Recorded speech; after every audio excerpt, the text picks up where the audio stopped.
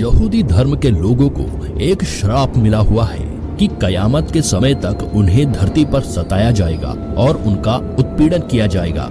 अगर इतिहास के पन्ने उठाकर देखें तो आज तक जितना कुछ यहूदी लोगों ने सहा है, यहूदियों के साथ जितनी बर्बरता और अत्याचार किए गए हैं, उतना बुरा बर्ताव अन्य किसी धर्म के लोगों के साथ कभी नहीं किया गया।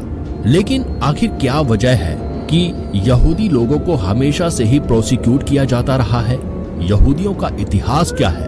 यहूदी लोग किस भगवान को मानते हैं और वे कहां जाकर पूजा करते हैं? और यहूदी धर्म का इस्लाम और ईसाई धर्म के साथ आखिर क्या वास्ता है?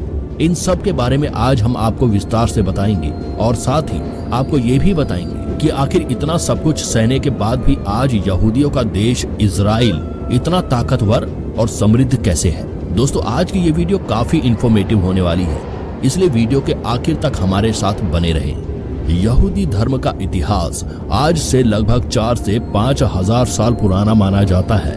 उस समय यहूदी समुदाय के लोग यहोवा देवता की पूजा किया करते थे, जिन्हें यहोवा भी कहा जाता है। लेकिन इस धर्म की उत्पत्ति कैसे हुई, ये बात बहुत कम लोग जानते हैं। हजरत इब्राहिम के दौर में यहूदी धर्म सबसे पहले अस्तित्व में आया था। इब्राहिम के बारे में बाइबल और कुरान में भी जिक्र मिलता है। बाइबल में इब्राहिम को अब्राहम कहकर संबोधित किया गया है, तो वहीं इस्लाम धर्म के अनुसार हजरत इब्राहिम अल्लाह के नबी यानी पैगंबर थे। हजरत इब्राहिम के 2 बेटे थे। पहले बेटे का नाम हजरत इसहाक था और दूसरे का नाम हजरत इस्माइल। हजरत इस्माइल और हजरत इब्राहिम की तो बहुत सी कहानियां इस्लाम धर्म में प्रचलित है। हजरत इब्राहिम के पोते का नाम हजरत याकूब था और याकूब का दूसरा नाम इजराइल था। साथ ही कुछ लोग याकूब को यहूदा भी कहते हैं और उन्हीं के नाम पर ही यहूदी धर्म की उत्पत्ति मानी जाती है। ये बात लगभग 2000 ईसा पूर्व के समय की है। लगभग 1000 ईसा पूर्व के समय यरूशलेम के किंग डेविड के बेटे सोलोमन ने यहूदियों के लिए पहला पवित्र स्थान या मंदिर का निर्माण किया था। किंग डेविड को किंग दाऊद और उनके बेटे को सुलेमान भी कहा जाता है। वे यहूदियों के एक बड़े लीडर हुआ करते थे और तब से लेकर आज तक यरूशलेम यहूदी धर्म के लोगों के लिए एक पवित्र स्थान है। न सिर्फ यहूदियों के लिए बल्कि इस्लाम और ईसाई धर्म के लोगों के बीच भी इस जगह का विशेष महत्व है।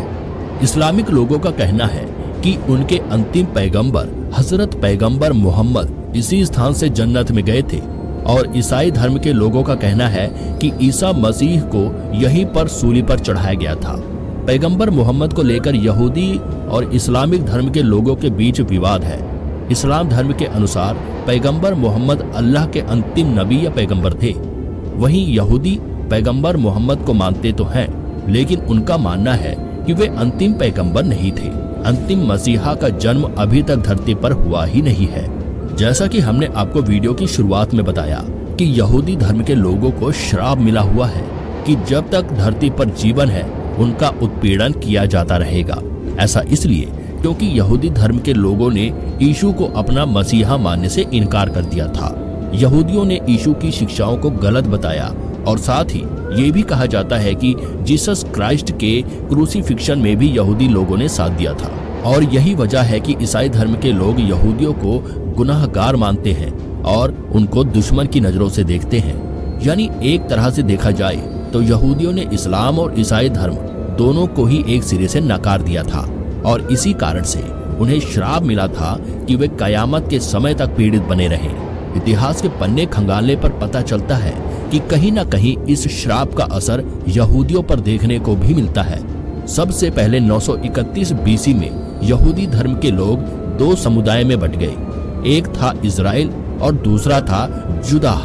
सन 587 बीसी में बेबीलोनियन ने यरूशलेम में बने यहूदियों के पवित्र मंदिर को तुड़वा दिया था। 516 बीसी में एक नया मंदिर यहाँ पर फिर से बनाया गया। यहूदी धर्म के लोगों को कभी भी किसी एक स्थान पर चैन से नहीं रहने दिया गया। इनके विस्थापन की शुरुआत हेलेनिस्टिक पीरियड से शुरू हो जाती है। इसके बाद जब रोमन एम्पायर ने इजराइल में राज किया तो उन्होंने भी यहूदियों पर जुल्म ढालने शुरू कर दिए। बाइजेंटीन पीरियड के दौरान भी यहूदी एक स्थान से दूसरे स्थान पलायन करते रहे।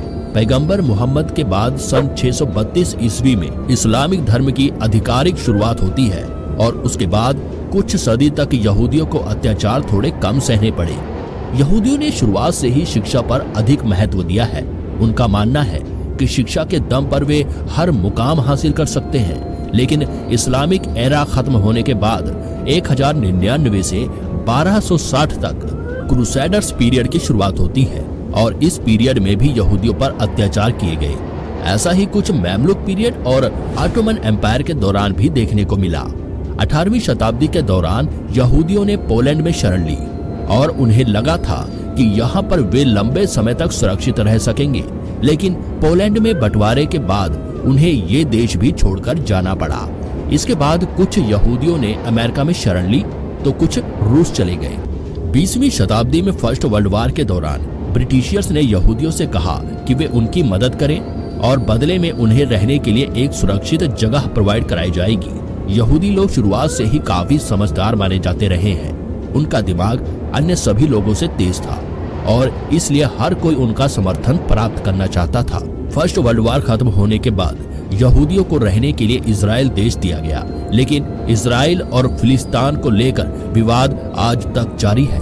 इजराइल देश और यहूदी लोग यरूशलेम को अपनी राजधानी मानते हैं, लेकिन अन्य देश इजराइल की इस बात को स्वीकार नहीं करते और वे तेल अवीव को ही इजराइल के आधिकारिक राजधानी के रूप में स्वीकार करते हैं। एक समय था जब भारत में भी यहूदियों की संख्या लगातार बढ़ रही थी। लगभग 2500 साल पहले दक्षिणी भारत के कोचीन शहर में पहली बार यहूदियों ने भारत में कदम रखा था। 20वीं शताब्दी में भारत में यहूदियों की संख्या 70,000 तक पहुंच गई थी, लेकिन आज भारत में केवल 5,000 यहूदी ही रहते हैं और इनमें से आधिकारिक यहूदी मुंबई में रहते हैं। परसिक्यूशन ऑफ ज्यूज सन 1066 में ग्रेनाडा मैसेकर हुआ था, जिसमें ग्रेनाडा के रॉयल पैलेस में मुस्लिमों की भीड़ घुसकर 1000 से अधिक यहूदी परिवार को जान से मार देती है। फर्स्ट क्रूसेड पीरियड के दौरान भी बड़ी संख्या में यहूदियों को मारा गया और हजारों की संख्या में यहूदियों ने अपना धर्म छोड़कर ईसाई धर्म कबूल कर लिया था, या यूं कह लीजिए कि उन्हें ऐसा करने के लिए फोर्स किया गया था। सन 1942 में स्पेनिश एक्सपल्शन होता है। इस दौरान स्पेन के रूलर्स आदेश जारी कर देते हैं कि सभी यहूदियों को क्रिश्चियनिटी धर्म को अपनाना पड़ेगा और जो ऐसा करने से इनकार करता है उन्हें देश से बाहर निकाल दिया जाए या फिर मार दिया जाए। लगभग 2 लाख यहूदियों को स्पेन छोड़कर जाना पड़ा था और 10,000 से अधिक यहूदियों को मार दिया गया था। इसके बाद भी समय समय पर यहूदियों के साथ अत्याचार होते रहे, लेकिन सबसे बड़ा और घिनौना काम एडोल्फ हिटलर ने किया था। हिटलर का मानना था कि यहूदियों के कारण ही पहले विश्व युद्ध में जर्मनी की हार हुई थी। हिटलर ने 60 लाख से अधिक यहूदियों को मरवाया था और इस घटना को आज दुनिया ज्यूस हॉलोकॉस्ट के नाम से जानती है। ये घटना इतनी भयावह है कि इसे सुनकर ही रोंगटे खड़े हो जाते हैं। हिटलर ने जगह जगह गैस चैम्बर बनवा रखे थे। यहाँ पर पूरे यूरोप के यहूदियों को पकड़ कर लाया जाता था और हजारों यहूदियों को एक साथ उस गैस चैम्बर में डाल दिया जाता था। चैम्बर को बंद करके उसके अंदर जहरीली गैस छोड़ दी जाती थी, जिसके कुछ ही मिनटों बाद लोगों की मौत हो जाती थी। यहूदी धर्म हमेशा से ही अपने धर्म को लेकर काफी संवेदनशील रहे हैं। आज भी ये मिसाल दी जाती है कि यहूदी लोग अपना धर्म परिवर्तन करने की बजाय मौत को गले लगाना बेहतर समझेंगे। यहूदियों के मंदिर को सिनेगोगस कहा जाता है और इनके पवित्र पुस्तक को तनाख यानी तौरात के नाम से जाना जाता है। यरूशलेम यहूदियों की सबसे पवित्र जगह मानी जाती है। यहाँ पर मौजूद वेस्टर्न वॉल के दीदार के लिए दुनिया भर के यहूदी लोग यरूशलेम आते हैं। इस दीवार के सामने वे फूट फूट कर रोते हैं। यहूदी धर्म में मूर्ति पूजा की सख्त मनाही है। इस्लाम धर्म की तरह ही यहूदियों में भी खतना कराने की परंपरा है। ये लोग दिन में 3 बार इबादत यानी प्रेयर करते हैं और इस दौरान इनका चेहरा यरूशलेम शहर की तरफ ही रहता है। यहूदी हमेशा से केवल एक ही ईश्वर पर विश्वास रखते आए हैं। यहूदियों के कारण ही आज इजराइल दुनिया के विकसित देशों की सूची में शुमार है।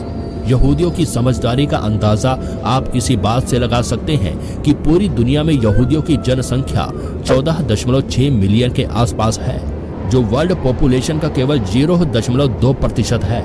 लेकिन इतनी कम जनसंख्या होने के बावजूद 21% नोबेल पुरस्कार यहूदियों ने अपने नाम किए हैं। अल्बर्ट आइंस्टाइन जैसे कई उदाहरण देखने को मिल जाएंगे जो यहूदी थे और विज्ञान के क्षेत्र में कई आधुनिक आविष्कार किए और आज भी कर रहे हैं। इसराइल जैसे छोटे से देश ने सन 1967 में 6 दिन के भीतर ही मिस्र, जॉर्डन और सीरिया जैसे बड़े देशों को धूल चटा कर रख दी थी।